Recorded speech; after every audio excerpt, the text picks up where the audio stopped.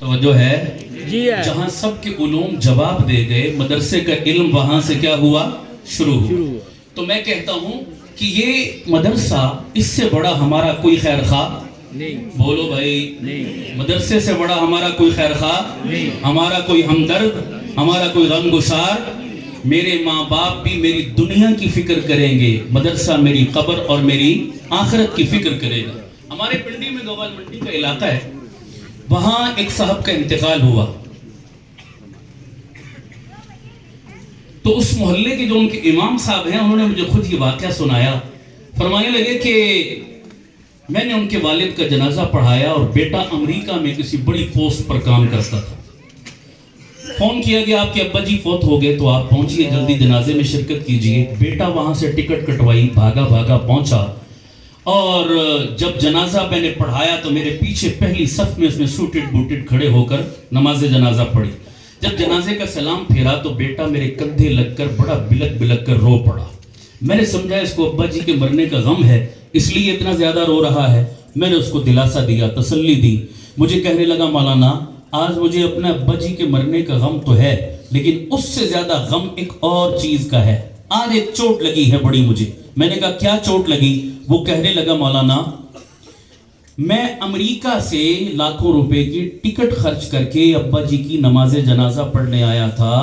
آپ کے پیچھے میں ہاتھ باندھ کر کھڑا بھی ہو گیا اللہ کی قسم مجھے نماز جنازہ نہیں آتی لیکن اگلی بات قابل غور ہے وہ کہنے لگا مولانا ایسے میں نے بڑے جنازے پڑھے ہیں کہ میں ہاتھ باندھ کے کھڑا ہوا اور سلام پھیر کے نکل گیا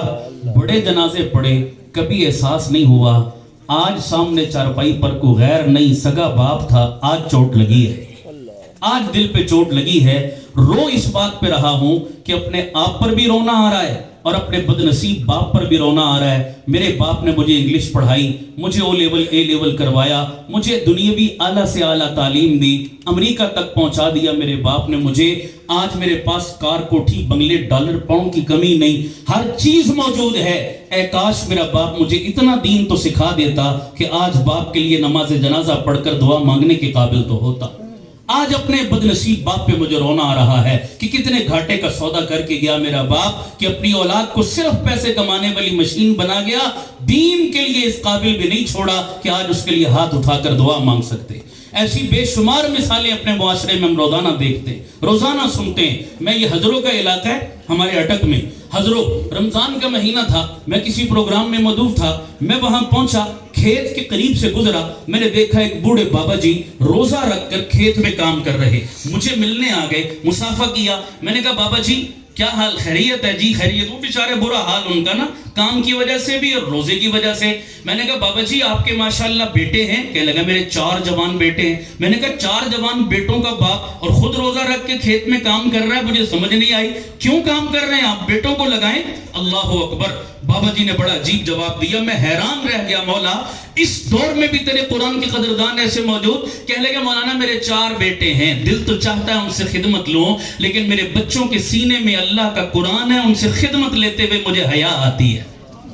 مجھے شرم آتی ہے کہ جس کے سینے میں رب کا قرآن ہو میں پرسنل خدمت لوں مسئلے کی روح سے ناجائز نہیں ہے کہنے لگے میرے حیا نے مجھے اجازت نہ دی اس لیے میں ان سے خدمت نہیں لیتا پھر کہنے لگا مولانا رمضان کا مہینہ ہے نا شام کو میں جب کام سے فارغ ہو کے افطاری کر کے بستر پہ لیٹتا ہوں تھک کے چور ہو جاتا ہوں ہلنے کی ہمت نہیں ہوتی لیکن عشاء کی اذان ہوتی ہے حکم ہے رب کا تراویح تو پڑھنی ہے میں مسجد میں جاتا ہوں امام صاحب کے پیچھے پہلی صف میں تراویح پڑھتا ہوں اور 4 رکعت میرا ایک بیٹا مصلی پہ قرآن سناتا ہے وہ پیچھے آتا ہے پھر دوسرا وہ پیچھے آتا ہے پھر تیسرا پھر چوتھا میرے 4 بچے جب مصلی رسول پہ قرآن سناتے ہیں اللہ کی قسم میری سارے دن کی تھکاوٹ بھول جاتی ہے میں پھر سے جوان ہو جاتا ہوں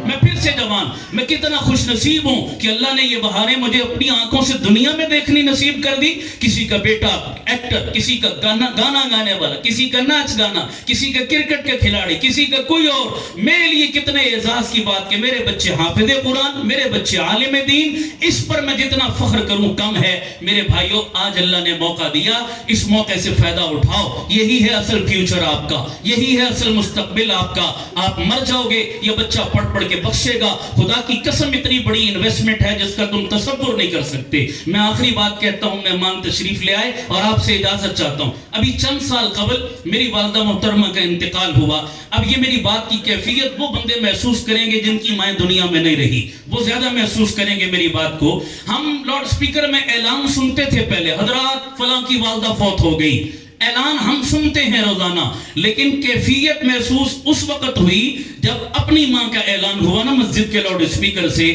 تو کیفیت کیا تھی خدا کی قسم میں لفظوں میں بیان نہیں کر سکتا, وہ محسوس کرنے والی چیز ہے. اچھا وہ مجھے اتنا صدمہ کہ میں سوچنے لگا یا اللہ یہ صدمہ مجھ سے برداشت ہوگا, کیونکہ کائنات کا سب سے میٹھا رشتہ ماں ہے. میں محسوس کرنے لگا یا اللہ پتہ نہیں یہ صدمہ مجھ سے برداشت ہوگا یا نہیں. تو میری والدہ کا جب جنازہ ہوا, بہت بڑا جنازہ تھا.